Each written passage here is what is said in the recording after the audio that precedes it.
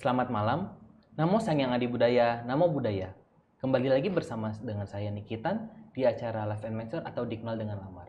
Lamar hadir setiap hari Jumat pada minggu pertama dan ketiga, yang tentunya dengan konten yang kekinian dan juga tentunya syarat dengan Dharma.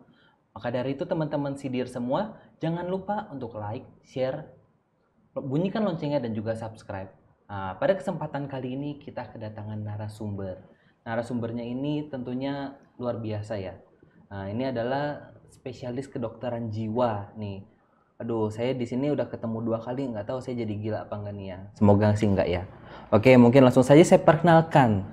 Dokternya adalah Dr. Guntara Hari, spesialis kedokteran jiwa yang sehari-harinya berpraktek di klinik psikiatri RS Bethsaida.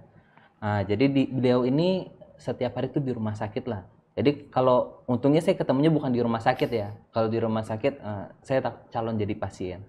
Ya, dokter ini juga tergabung dalam beberapa organisasi seperti IDI, Penghimpunan Dokter Spesialis Kedokteran Jiwa Indonesia, Asosiasi Seksologi Indonesia, dan juga Keluarga Besar Medis Buddhis Indonesia.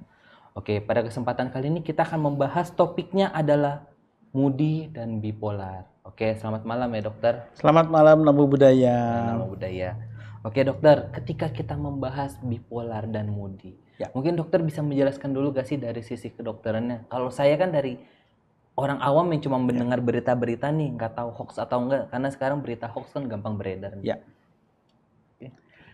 Gampangnya, moody itu adalah istilah yang digunakan untuk menerangkan gejala.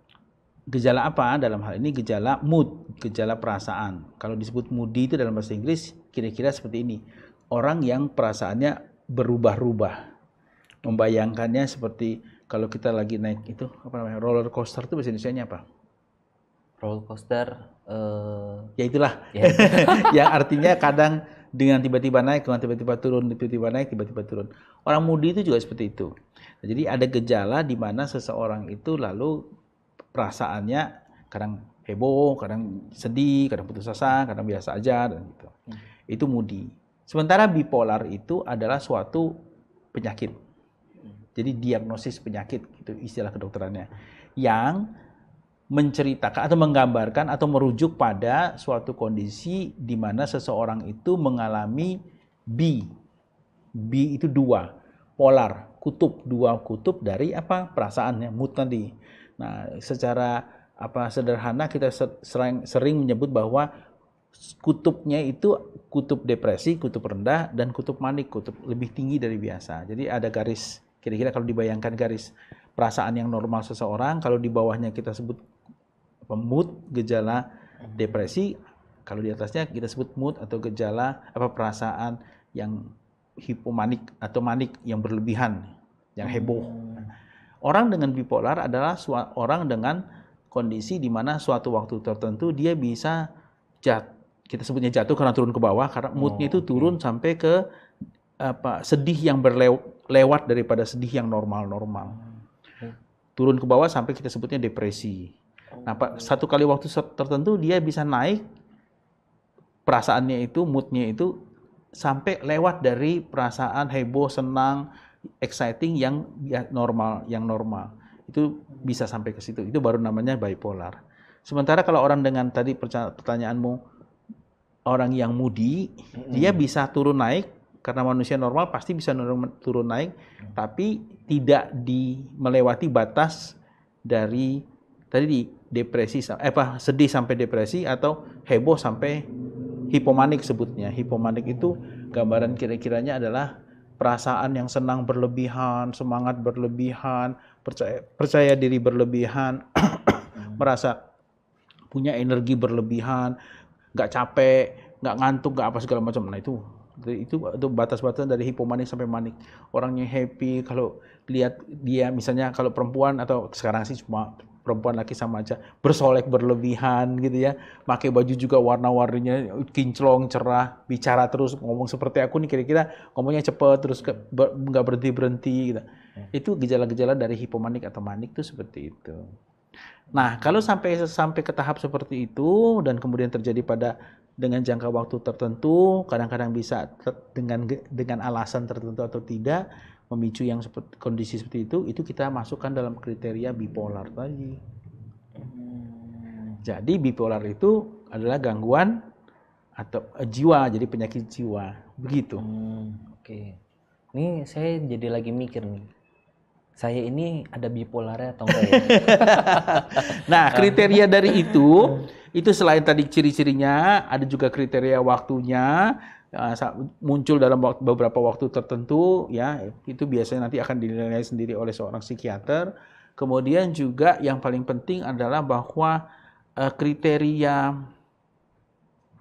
kondisinya itu tidak didasarkan hanya pada perasaan pasiennya dia sendiri saja, tapi juga kita lihat dari luar. Karena biasanya, ini juga saya juga dari pengalaman sering saya ketemui, orang kalau sudah ke arah yang hipomanik, jadi lebih heboh, lebih apa, itu orang nggak mau berobat, karena dia nggak ngerasa sakit, malah dia merasa jauh lebih oke. Dok, saya seminggu atau 2 minggu terakhir ini lebih cerdas dok, lebih semangat dok, energi lebih banyak dok. Jadi tidur saya juga nggak usah lama-lama, biasanya saya bisa tidur sampai 6, 7, 8, 9 jam, ini 4-5 jam udah seger dok. Terus nafsu makan saya juga membaik dok, lebih oke. Saya lebih cerdas dok, lebih apa dok. Nah, orang dengan kondisi seperti itu terus kita bilang, ada kelainan, Anda nih harus berobat. Kan nggak mungkin ya. Mau ya kan, sulit juga kan. Nah, kadang-kadang seperti itu. Jadi harus juga dilihat oleh orang lain. Jadi kalau pertanyaan Anda, lu jangan-jangan aku bipolar, sabar. Dia dulu tanya yang lain-lain, bisa ada nggak gejala seperti itu, gitu. Ntar sambil saya review untuk diri saya juga. Nah, berarti kalau kita ngomong secara gambaran ya dok, artinya ketika mood itu mungkin bisa kalau ke bawah 1, tapi kalau naik 1, itu namanya moody. Tapi kalau bipolar bisa lebih dari 1 ke atas dan ke bawahnya ya. Kira-kira gitu. Jadi ada batas normalnya, bayangkan sebagai batas normalnya. Nah, yang disebut sebagai batas normal secara umum sebutnya apa? Apabila baik dia sedih maupun dia heboh tadi, gitu. Saya suka menyebutkannya hipomanik itu seperti heboh gitu, yang tidak mempengaruhi atau mengganggu aktivitas dia sehari-hari sehingga dia tidak bisa misalnya. Orang kan semangat ya boleh aja yang semangat, tapi semangat sampai nggak bisa tidur, wah repot juga dong. Semangat sampai orang lain udah kelelahan, dia masih heboh semangat misalnya. Dia jadi tim worker gitu ya, pekerja tim gitu ya. Orang lain mau udah teler semua, dia macam, ayo semangat dong. Bayangkan kalau punya bos yang begitu kan, orang-orang udah pada kecapean, dia masih terus aja kan gitu. Ngomel-ngomel, wah ini kurang sempurna nih, harus begini, aduh kan gitu. Atau juga kalau lagi depresi gitu, depresinya yang kamu kenapa sih murung? Iya, aku lagi ada konflik di rumah. Tapi kalau dilihat pekerjaan dia bagus, gitu kan? Dia tetap datang tepat waktu, pulang juga tepat waktu. Jadi nggak mengganggu pekerjaannya misalnya. Atau dia lagi sedih, lagi apa? Tapi kalau diajak ngomong apa segala macam, dia nggak emosional, nggak marah-marah, nggak sensitif, nggak menutup diri. Itu oke. Nah, itu yang disebut sebagai masih di tahap normal. Kalau itu nggak apa-apa. Bahkan orang kalau yang sudah didiagnosis bipolar pun, tapi kemudian dia melakukan pengobatan, diobati dan kemudian masuk ke kondisi range itu range itu rentang emosi yang seperti itu normal, dia masih dalam kondisi normal gitu loh. Jadi jangan dibayangkan orang yang kayak kita ini nggak bisa sedih. Kalau sedih pasti, mood swing dia, ini bipolar nih, enggak dong. Ya, jadi orang boleh dong sedih kalau ada satu dan lain hal, tapi yang penting sedih itu tidak membuat tadi, saya ada kriteria umum seseorang mengalami gangguan jiwa atau didiagnosis punya gangguan jiwa apabila dia ada distress dan disfungsi. Distress itu perasaan tidak nyaman. Ya, terlalu sedih, terlalu senang, terlalu heboh, terlalu kesel, marah, yang kemudian menyebabkan disfungsi tadi, perasaan dia itu membuat dia menjadi tidak bisa bekerja, perasaan dia itu membuat dia menjadi malas ketemu orang dan segala macam. Nah, itu adalah di luar range itu tadi. Kalau di dalam range, ya berarti dia nggak gangguan jiwa dong. Berarti masih moodnya oke. Berarti hanya mood swing ya. Ya, dan mood swing itu jangan dianggap sebagai sesuatu yang harus diberesin atau wah ini udah sakit nih, enggak. Itu hal yang wajar lah ya. Hal yang wajar. Karena namanya orang bisa ngedrop, bisa. Lagi berapi-api. Yes. Oke, Dok. Lalu kalau kita kan tadi melihat, Dok, istilahnya ada range-nya. Ya. Ketika melebihi untuk di atas dan di bawah. Itu bagaimana kita menilai kriterianya itu untuk bisa Biasanya atasnya sih dan sebabnya? kalau sudah menyebabkan perasaan tidak nyaman pada pasiennya atau dan orang sekitarnya. Misalnya tadi sedihnya sedemikian sehingga membuat dia jadi sulit mikir, sulit konsentrasi. Kalau melakukan sesuatu tugas lupa melulu, salah melulu, itu udah repot tuh. Saya banyak ketemu pasien misalnya orang itu mengalami suatu peristiwa yang kalau kita lihat peristiwanya itu menyeramkan, menakutkan gitu. Ada musibah besar. Misalnya omong kosong aja lah ya, kira-kira keluarganya sakit. Dia sedih, dia kayaknya aduh gimana gitu. Tapi ternyata dia masih tetap bisa kerja, masih bisa melakukan tugasnya juga dengan baik walaupun tugasnya ribet, tapi dia bisa fokus, bisa apa. Kita mau bilang dia apa? Oh, ini orang depresi. Enggak juga. Dia baik-baik saja. Enggak, dia sedih kok, tapi dalam artian masih bisa mengendalikan itu ya, masih bisa. Ya tetap aja itu berarti mood swing yang masih dalam tahap normal. Ya enggak apa-apa. Profesionalitasnya tinggi lah ya. Ya artinya dia masih bisa mengendalikan kan. Ya nggak masalah juga gitu loh. Misalnya juga kalau kita ketemu, kalau dalam cerita bipolar ini ada orang yang lebih heboh gitu ya. Ngomongnya aktif, bicaranya oke, idenya banyak, ceria, easy going, nyantai, relax segala macam. Itu kan lebih kayak moodnya lebih atas daripada orang biasa-biasa. Yes. Kadang-kadang aku juga suka dibilang itu cengar-cengir terus, senyum-senyum, ketawa-ketawa. Kalau itu masih belum mengganggu aktivitas dan kegiatan dia sehari-hari, apa yang kita hak kita apa untuk mengubahnya? Nggak bisa, karena itulah dia seperti itu. Kecuali kalau sudah mengganggu, gitu. Ya. Berarti kalau sebabnya ini bisa salah satunya ada genetik juga. Yes, oleh karena cerita tadi, jadi banyak orang tuh yang bilang, wah, jangan-jangan itu karakter. Iya benar. Karakter artinya dari ciri kepribadian atau karakter yang sebenarnya bawaan lahirnya dia udah seperti itu. Jadi ada tuh unsur seperti itu. Ada bawaan lahir orang yang memang moody, ada. Tapi itu beda dengan yang si bipolarnya. Bipolar nggak kayak gitu, berlebih dia. Misalnya seperti itu. Yang kita sampai detik ini kalau mau ditanya, kalau gitu penyebabnya apa bipolar? Waduh nggak tahu deh. Yang jelas, yang tepat apa. Tapi ada unsur orang seperti karena ada genetiknya. Kadang-kadang kita ketemu pasien yang seperti itu. Dia lebih gampang depresi gitu ya. Lebih gampang untuk kadang-kadang seperti itu. Tapi kita masih belum jelas misalnya. Seperti juga, dok, cewek sama cowok kan itu beda ya dok. Kalau cewek lebih moody ya. Kalau cowok kan lebih pakai pikirannya dia. Apa benar? Mungkin berarti bipolar tuh cewek lebih banyak daripada cowok ya. Nggak gitu-gitu amat juga gitu loh. Iya kan, nggak gitu-gitu amat juga, tergantung dari. Makanya itu ada orang bilang satu kondisi gangguan kesehatan jiwa itu banyak faktornya. Dari lingkungan sekitarnya, dari intelektualitas orang, kapasitas mental namanya, intelektualitasnya, latar belakangnya sama. Juga dengan stresnya seberapa besar, begitu. Ketika membahas bipolar ini dok, artinya tadi kan ada yang ke atas dan ke bawah. Saya kepikiran, apakah ini ada pengaruh antara introvert dan ekstrovert juga? Kalau ekstrovert berarti lebih ke depresi biasanya. Ekstrovert itu istilahnya artinya apa Pak kira-kira itu? Orang yang lebih senang mengekspresikan ke dalam diri lah tanpa. Introvert itu. Oh ya itu introvert. Kalau ekstrovert kan lebih keluar kan. Ekspresikan keluar. Yes. Nggak sama persis dengan yang itu ya. Enggak ya. Iya, kalau ekstrovert itu setahu saya istilah yang digunakan untuk menyatakan seseorang yang memang terbuka, open. Mau cerita, mau banyak itu ekstrovert ya. Orangnya lebih ekstrovert tuh, lebih terbuka, lebih banyak mau interaksi sama orang, lebih apa. Kalau introvert itu semua dia diam, menarik diri, nggak mau berbagi apa segala macam. Tapi dari mood swing kayak gitu, Dok. Berarti kalau introvert mungkin dia lebih ke depresi karena dia menyimpan sendiri. Iya, tapi ekstrovert mirip-miripnya. Oke. Ya benar ya. Kira-kira bisa aja seperti itu ya dibilangnya. Oke, iya. Berarti artinya bipolar ini salah satu deteksi bisa ngecek nih ini orang introvert ekstrovert. Oh, enggak juga gitu. Salah satunya. Enggak gitu. Jadi itu beda istilah. Beda istilah, enggak sama persis. Nah, untuk bipolar sendiri harus mengerti bahwa yang namanya bipolar itu adalah suatu gangguan jiwa. Jadi harus memenuhi kriteria gangguan jiwa tadi ya, ada perasaan yang tidak menyenangkan yang membuat dia sedemikian sehingga tantangan kehidupan sehari-harinya dia jadi tidak bisa atasi.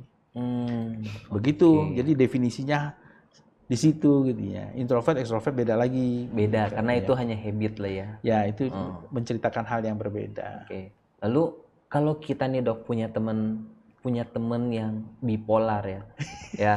Ya. Lalu gimana sih cara kita untuk untuk berinteraksi dengan dia? Ya, kalau disebut berinteraksi dengan dia, ya sebetulnya kalau bipolarnya dalam si pasien bipolar itu, teman kita itu berada dalam kondisi mood swing ya, mood yang naik turunnya itu masih dalam batas normal itu, ya itu biasa aja, sama seperti yang lain. Cuma misalnya seperti ini, pada banyak pasienku terus dia bilang gini, dok, ini aku udah mulai depresi dok. Nah kalau udah mulai depresi, waduh dok, bosku udah mulai curiga aja, mulai nanya-nanya nih dok, nih, kamu udah minum obat belum? Oh kamu nih gimana, udah berobat belum ke dokter Gutara? Ini kamu udah mulai depresi ya gini itu. Jadi saya tambah kesel dok, tambah marah. Nah itu jadi kalau misalnya ada teman kita ya dengan kondisi bipolar itu, kalaupun kita melihat dia moodnya mulai menurun dan segala macam, ya misalnya jangan langsung kayak, ih salahnya nih kamu, berarti kamu terlambat minum obat nih. Jangan, biasa aja. Kalau memang dia sampai ke arah depresi, kita harus ingatkan, kamu gimana nih kondisinya, apa yang saya bisa bantu, kamu ada masalah apa? Enggak ada masalah apa-apa. Oh berarti dari bipolarnya misalnya, udah maaf, obatnya kamu minum teratur apa enggak, atau udah terakhir konsultasi kapan gitu misalnya. Karena bipolar itu penyakit, jadi kita harus melihatnya sebagai ini orang sedang sakitnya sedang kambuh atau tidak, atau kalau dalam istilah bipolar tuh moodnya lagi turun apa enggak. Kalau memang lagi gitu ya kita harus bantu dia. Pertama yang ditanyakan adalah obat sudah dapat belum, udah minum belum gitu. Berarti salah satunya ya kita memberi sedikit perhatian lebih, tapi dengan cara yang jangan cara yang kasar ya, lebih lembut lah. Dalam artian nuduh atau accusing itu ya, nuduh ya namanya. Nuduh, memojokkan dia gitu, bukan. Karena ini kan gangguan kesehatan, jadi harus diobati. Oke. Kalau dari saya sendiri dok, kan namanya manusia untuk aware itu susah dok. Salah satunya nih ya, saya mau cari tahu nih, saya ini saat ini di tahap mood swing atau hanya bipolar, atau udah masuk ke bipolar nih. Itu cara mengidentifikasi diri itu seperti apa dok? Kalau definisi tadi ada distress dan disfungsi, ya kalau sudah sampai ke disfungsi, kita udah ngerasa bahwa kita sudah tidak mampu lagi mengerjakan pekerjaan kita. Jadi Niki bilang di level profesional yang dituntut dari kita, itu sudah tanda-tanda yang aku kira cukup signifikan lah ya. Oke. Artinya misalnya contoh Niki misalnya tiap kali bangun pagi perasaan moodnya nggak enak dok, nggak nyaman, tapi saya masih bisa kerja, masih bisa melakukan aktivitas segala macam, ya itu bisa saja kalau mau dikonsultasikan lebih bagus, tapi sebenarnya ya kalau bisa diatasi sendiri juga masih oke. Ya, tapi kalau sampai misalnya benar-benar tiap pagi nggak bisa bangun atau malas bangun pun juga cuman bengong aja sampai siang, saya sering bolos, sering nggak kerja. Nah, ditanya atau sedihnya terus-menerus. Nah, atau perasaan pikirannya negatif terus, atau bahkan yang paling negatif itu suka mau ada niatan bunuh diri atau menyakiti diri sendiri segala macam. Nah, itu mesti ditanya itu, apa yang sedang kejadian? Gitu ya. Ya, jadi kayak misalnya nih orang mau bunuh diri ya, dengan sebetulnya nggak langsung aja kita mesti bilang, orang kalau udah niatan bunuh diri pasti bahaya gitu. Enggak, niatan bunuh diri dan percobaan bunuh diri itu bedanya jauh. Banyak sekali ada orang dengan niatan bunuh diri tapi nggak pernah melakukan percobaan bunuh diri, banyak. Di lain pihak kadang-kadang ya kita yang sering kejadian itu, loh kok tiba-tiba orang itu tanpa angin, tanpa hujan, dia niatannya mau bunuh diri. Muncul. Seolah-olah ini nggak ada, padahal enggak sebetulnya.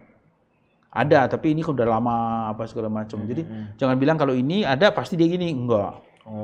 Bolak-balik niatan bunuh diri ada, bisa aja, tapi dia nggak langsung berhubung, berarti dia langsung mau bunuh diri itu. Wah negatif nih, berarti terus kita bersikap negatif, maksudku, wah ini berarti harus diobati nih, waduh bahaya nih dia. Enggak juga. Ya.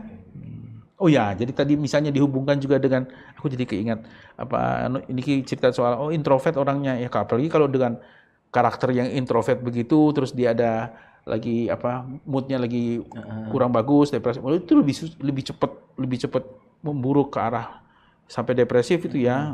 Itu niatan bunuh diri dan segala macam harus ada. Nah, kalau itu yang kejadian, kita bantu.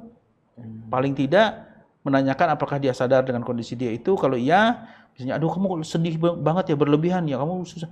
Iya nih, kamu tidurnya bisa nggak? Aduh nggak bisa nih, ini ya pagi-pagi bangun males ya.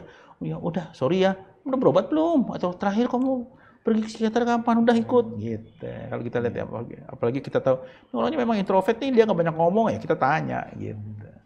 Kalau ada suatu ketika dok, ada orang yang tidak baik-baik saja, ya, dan kita tanyain kabarnya dan dia tiba-tiba menangis, itu biasanya salah satu masuk lagi ke depresi tingkat tinggi apa gimana dok? Jawabnya begini nih, bahwa menangis itu bukan ekspresi, menangis itu, apalagi menangis dalam kondisi sedih, itu bukan ekspresi biasa-biasa. Itu adalah dilatar belakangi atau didasari dengan emosi yang kuat. Betul.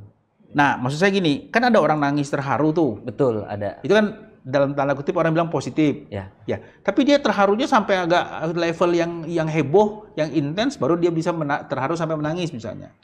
Ada juga orang yang menangis karena memang dia sedih, tapi biasanya sedihnya sampai ke intensitas tertentu baru dia bisa menangis. Jadi kalau kita ketemu orang yang menangis, aku langsung bilang, berarti dia ada dalam kondisi mental yang extraordinary, lebih dari biasanya. Nah, tinggal dilihat apa alasannya gitu. Dia sampai menangis. Yang jelas kalau orang menangis jangan didiemin, pergi teman kita, tapi juga jangan nanya macam-macam gimana gitu. Langsung aja, biasanya sih duduk di situ, tanya dia, aduh kamu kenapa, ada apa yang aku bisa bantu? Enggak ada apa-apa. Oh dia, aku mau temenin ya di sini, oke. Nah kita di situ aja tuh duduk, ketemu sama dia. Begitu aja tuh, nggak ngomong, nggak apa segala macam, itu banyak membantu. Bentuk supportnya ya. Bentuk supportnya seperti itu misalnya kan, kalau Niki tanya apa yang kita bisa lakukan sebagai orang awam dalam kondisi pasien kayak gitu, yaitu. Bener, ini pas banget nih dok, pas banget. Sebelum ini tuh saya baru nonton YouTube di short videonya. Ya. Ada membedakan antara orang tua Asia dan Eropa. Yang bagaimana sebuah kejadiannya satu. Anaknya berbuat salah. Ya. Kalau sama orang Eropa, ya budayanya adalah it's okay. Yang penting kita nanti akan rubah ke depannya. Tapi kalau di Indonesia, Asia, dimarahin langsung ya. Langsung. Jadi orang udah salah, makin tertekan. Ya, coba lihat ya. Itu kan sebetulnya bisa kita bilang satu bagus, satu jelek kan? Yes. Tapi kan faktanya ternyata yaitu budaya ya. Nah di wilayah Asia yang katanya Asia tadi, banyak sekali orang yang berpendapat bahwa itu nggak jelek, itu memang begitulah seharusnya aturannya gitu kan. Sampai ada istilah tiger mother, tiger mommy gitu ya. Ibu yang keras banget sama anaknya, maunya semua prestasi paling bagus segala macam. Kita anggapnya itu jelek, itu memaksa, tapi kalau memang dianggap jelek kok masih sampai ada kultur seperti itu. Nah, makanya tadi yaitu ada kondisi apapun, orang misalnya menangis atau tadi apa, ya kita mesti lihat dulu latar belakangnya apa. Yes. Ya kan? Balik lagi kan kayak dokter ngeliat pasien, oh ini orang kayak gimana. Yes, ada yang caranya harus pakai cara ya tadi barat tadi atau cara Asia. Yang penting bagaimana hasilnya untuk menuju goalnya tercapai. Yes, dalam hal ini tadi pertanyaannya apakah orang ini ada gangguan? Kalau misalnya ada gangguan, ya kalau awam kan dan tidak tahu riwayatnya kan mau bilang ini mungkin bipolar nih, rasanya nggak sampai ke situlah, tapi bilang kamu harus konsultasi dah atau apa, nanya sama siapa, diskusi sama orang lain, bisa apa yang bisa membantu gitu. Nah sebelum aku lupa, kalau itu dilakukan dan kemudian dia ketemu dengan orang yang lebih ahli, orang ahli itu bisa langsung cepat menangani, membantu. Nah gejalanya jadi nggak bertambah, malah lebih oke. Jadi terpicu dari kita punya apa namanya gesturing, tingkah laku yang sedikit, yang sederhana banget, hanya dengan ada orang menangis kita dekati, ada apa, boleh apa yang bisa saya bantu, temenin di situ aja, itu bisa semua bisa oke itu dari situ aja. Coba zaman kuno dulu ada penyanyi Tommy Page tahun 90 awal, A Shoulder to Cry On, tapi mungkin teman Sedarma yang seumuran sama saya atau lebih rendah sedikit dari saya kenal banget tuh dengan Tommy Page. Itu lagunya Shoulder to Cry On. Dia hanya butuh shoulder, bahu untuk tempat dia menangis. Nggak perlu kita banyak ngomong, nasihat ini, nasihat itu, ngasih tahu. Enggak. Dan itu comes a long way, orang bilang tadi, yang saya cerita tadi, bisa membantu bahkan sampai orangnya dapat bantuan profesional yang sehingga menyembuhkan gitu. Penting ya, ini mungkin agak keluar konteksnya sedikit dari cerita kita tentang bipolar, tapi ini bagus, very good. Ya benar. Ya mungkin ini ya salah satu utama bagaimana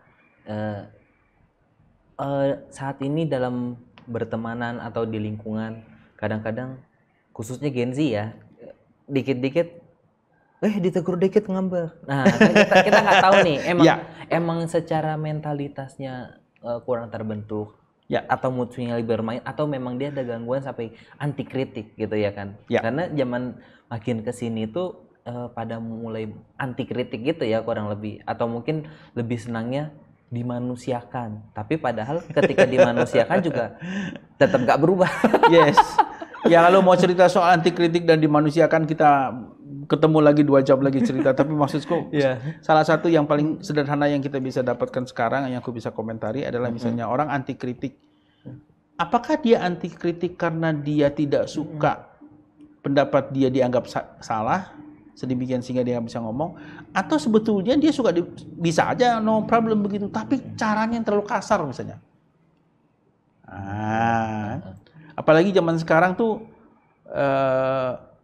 istilah dulu waktu aku sekolah ada guruku yang bilang, hati-hati ya kalau bicara dengan pasien, jangan pakai strong words. Bahasa Indonesianya itu apa? Kata-kata yang bermakna keras. Contohnya apa? TOLOL lu, BODOH lu. Kalau dia omong gitu kan kita langsung orang kaget gitu ya. Kalau itu kayak ada pengamat politik yang suka pakai DUNGU. Padahal misalnya ya kita bisa memberikan nuansa yang sama dengan kata-kata yang kata orang lebih halus, misalnya itu kamu mesti perbaiki itu, ada kok cara yang bisa kamu lebih oke kalau kamu bicara sama seorang, atau itu cara berpikirmu kurang pas gitu ya. Nah, itu tadi yang kata-kata yang tadi aku eja itu namanya strong word. Apakah itu yang membuat orangnya menjadi tersinggung dalam artian dia jadi anti kritik, atau sebetulnya karena memang dia bukan urusan kata-katanya tapi karena dia anti kritiknya itu misalnya gitu. Benar. Ya, itu. Terus tadi bicara soal generasi Z ini apa? Gen Z. Yang mentalitasnya kurang bagus, kurang tegar, enggak juga lah. Saya kira sih istilah-istilah generasi milenial, generasi apa itu ciri-ciri budaya aja, tapi secara spesifik orang per orang, kukira nggak terlalu banyak nggak terlalu banyak variasi yang berubah gimana, tapi ekstrim banget gitu enggak. Cuman orang kan bilang beda generasi, beda cara berpikir kan, biasa. Benar. Betul banget ya. Mungkin Gen Z sekarang ini benar-benar cerdas lah. Benar-benar cerdas dia. Tapi ya memang ya namanya semua manusia ada plus minus lah ya. Mungkin nanti pelan-pelan saya akan menyadari nih, karena kadang-kadang saya memang ada waktunya kayak dok, kayak ini nih saya lagi ngomong nih, karena ada suatu ketika saya lagi mau duduk diam aja ya kan. Nah ini nih yang salah satu kayak mood swing saya bermain, yang kadang orang nyampe gini loh, kenapa diem aja. Nah ya kan kadang-kadang emang ada di fase yang lagi mau diem aja gitu kan mood swingnya. Nah itu mungkin kalau lebih itu ada yang sedemikian sehingga ada yang namanya me time, itu lebih spesifik ada orang-orang yang dok saya butuh me time saya nggak pernah punya dok, saya selalu berdedikasi penuh sebagai seorang istri, sebagai seorang ibu, ngurusin mereka semua, saya baik-baik saja, tapi saya stres dok. Kenapa? Bukan karena saya negatif atau dijelekan orang, tapi saya tidak punya me time. Ya kadang-kadang bukan orang butuh me time. Jadi dalam keseharian tadi Niki bilang saya lagi bengong diem terus ditegur, kok kamu diem aja. Kadang-kadang betul, tapi kadang-kadang itu tadi ya sebetulnya Niki lagi ada masalah dan segala macam, dan teguran itu terlalu keras. Mungkin Gen Z kupingnya terlalu tipis sih kira-kira gitu. Bisa aja saya kurang ngerti soal itu, tapi kira-kira ya mungkin yang lain kali kalau misalnya ada ketemu gitu bilang, kenapa? Boleh itu nemenin kamu duduk di sini gitu. Misalnya ada apa gitu ya. Dari situ mulainya. Kembali lagi ke cerita kita soal bipolar. ya dengan memicu sedikit saja itu tadi, kadang-kadang kita bisa bantu tuh pasien-pasien yang dalam kondisi-kondisi yang butuh, tapi dia nggak ngerasa belum merasa membutuhkan atau nggak kepikiran gitu. Nah dari situ, gitu. Oke. Terima kasih ya kepada Dokter Guntara Hari ya. Mungkin ini saya banyak pembelajaran. Nanti setelah selesai ini saya harus diskusi sama orang sini nih ya. Yang di sini jangan lupa nanti kita harus cek nih sebenarnya mood swing kita atau bipolar nih, ada yang bipolar kan di sini ya, kita harus Ya, cek nih ya. sampai seberapa mood swing itu masih normal, masih bisa ditoleransi, tidak perlu intervensi yang bersifat pakai pengobatan dan segala macam, tapi lebih ke arah misalnya diskusi aja, terkait pikiran, kondisi apa sehingga membuat perasaan menjadi lebih baik. Karena orang normal itu bukannya tidak punya perasaan loh, yang lempeng aja rata, itu nggak ada, bukan gitu. Yang benar adalah orang bisa sedih, bisa senang, bisa happy, bisa kesal, bisa marah, tapi selama itu emosi itu masih bisa dia kendalikan, sehingga dia sehingga dia tidak mengganggu aktivitas dia sehari-hari, peran dia dalam kehidupan sosial, tadi sebagai istri, sebagai suami, sebagai anak dan segala macam, ya oke-oke aja orang. Ya, benar. jadi punya jiwa ya dan punya perasaan ya dipakai, nggak masalah. Gitu ya. Kadang orang perlu sedih. Begitu nih. Ya terkadang kalau kita ngomong tadi perempuan pakainya hati, cowok pakainya otak. Tapi kadang cowok juga butuh berperasaan sedikit dan wanita butuh berpikir sedikit supaya balance ya dok ya. Kalau nggak terhubung dengan baik ya gak. Ya mungkin ini pelajaran berharga buat kita ya. Jadi kita di sini teman-teman jangan lupa untuk kita ngecek ya. Mood swing itu kalau ketika berubah itu nggak masalah, tapi masalah ketika sudah melampaui ke atas dan ke bawahnya. Jadi semua ada bagian masing-masingnya ya. Oh ya, sebelum nih aku lupa. Nah, kalau sudah memang bipolar, artinya kan sudah ada gangguan jiwa. Ya. Kalau gangguan jiwa berarti ada sakit. Ya. Kalau sakit diapain? Harus diobatin. Ya. Kalau udah sakit diobati. Ya, mungkin saya sudah pernah ngomong juga di tempat yang sama juga di acara ya di waktu kesempatan sebelum ini. Gangguan jiwa adalah gangguan yang harus diobati. Benar. Jadi kalau sudah sampai ke arah tadi Niki bilang bipolar dan kemudian memang sudah ganggu kehidupan sehari-hari dia harus diobati, nggak boleh didiemin. Nah, diobatinya itu adalah usaha supaya kondisinya jadi lebih stabil, bisa lebih oke, sedemikian sehingga bisa aktivitas kembali. Jadi dampaknya ke kehidupan lebih negatif. Bukan dianggap, waduh kamu gangguan jiwa ini, wah ini orang GILA nih, atau orang yang mengalami bipolar itu, aduh saya malu saya kalau ketahuan nanti berobat lagi nanti dibilang aku sakit lagi, kambuh lagi, aku nggak mau deh. Nggak bisa juga, ya kan? Tadi Niki cerita kalau dia masih normal, oke, tapi kalau sudah memang masuk ke kriteria melampaui masuk kriteria bipolar, tolong diobati, gitu. Jangan malu-malu, jangan malu dan jangan ragu, kira-kira gitu. Tapi kalau orang malu gitu dok, dari kita ada kasih yang bisa membantu untuk menurunkan dari bipolar? Yes, sekali lagi. Ini udah 3 kali aku ngomong dalam kesempatan ini, tapi aku senang aku harus bisa mengulang sampai 3 kali. A shoulder to cry on tadi. Orang-orang dalam kondisi seperti itu yang mereka butuhkan, bukan kita, yang mereka butuhkan itu adalah sebetulnya bukan tempat mengadu ya, tapi tempat untuk istilahnya apa ya? Ngaso itu apa bahasa Indonesia sekarang? Beristirahat secara mental gitu. Mungkin dia bisa mengekspresikan perasaan dia tanpa dihakimi, tanpa judge gitu. Nangis, bisa dia berkeluh kesah atau apa gitu.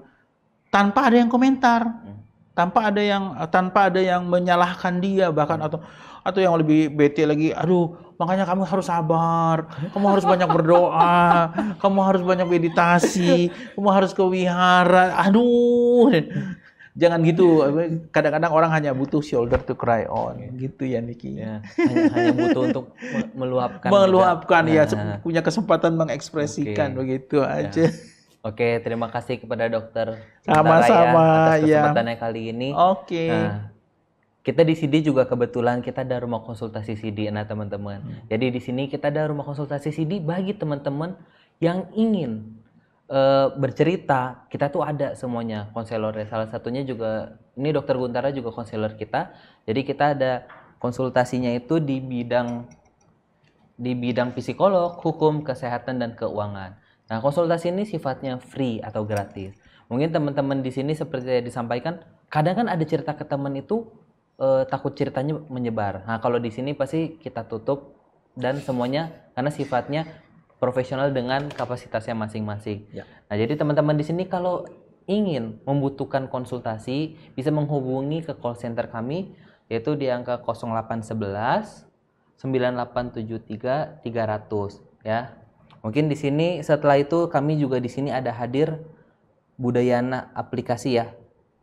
Aplikasi Budayana yang bisa di-download di Google Play Store atau App Store. Ya ini kita dapat aplikasi ini untuk apa sih? Untuk info kegiatan yang dilakukan oleh KBI atau Keluarga Budayana Indonesia. Itu biasanya ada baca parita, jadwal kebaktian dan juga untuk mendapatkan kartu tanda umat Buddha. Oke, mungkin cukup sekian teman-teman. Terima kasih telah penonton setia Lamar. Namo Sang Yang Adi Budaya, Namo Namo Buddhaya. Buddhaya.